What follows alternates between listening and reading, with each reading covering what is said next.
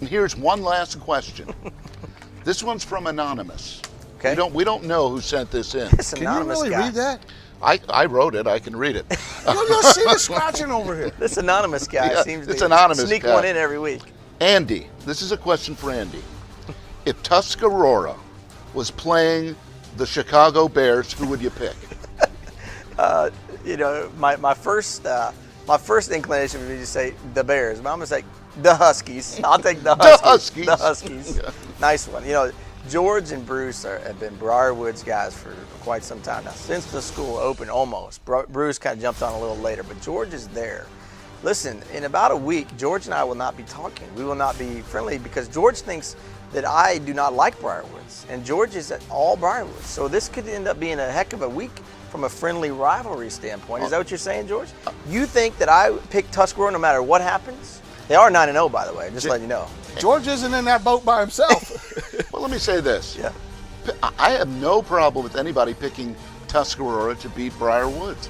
It's a logical pick. Briar Woods is going to win the game, I have quiet confidence in that. But I don't think it's silly at all to pick Tuscarora. Let me say this about you two guys. The team wearing blue in Leesburg, they don't really care for your analogies and your analysis whatsoever. Matter of fact, they think you're 100% hater. And you're right, Tuscarora fans. These two guys don't believe in you one bit. You will not give them credit. They're 9-0 right now. You will not give them credit. You still say they shouldn't even be the #1 ranked team, that Briarwood should be ranked above them. How crazy is that? You're nuts. Wait till they play. You're nuts. How can you be Woo-hoo. called a hater when you say that Tuscarora is the second best team in Loudoun County? Is that hate? Because they're a darn good team. No matter what you say, you guys cannot separate that bias and take, a team that is taking care of business right now that looks like a team that may be the best team in the area in 5A North. And I get it. You drink the orange Kool-Aid. Other people get that too. This is not a matter of drinking Kool-Aid. This is a matter of saying this. When the king is dethroned, I will say, long live the king. But until that time, we know who the king is. He's right. The emperor still has his clothes We'll on. find out about that if there's a king left standing. That's going to be a great game. That one's coming up next week. We invite you to watch all the games this week.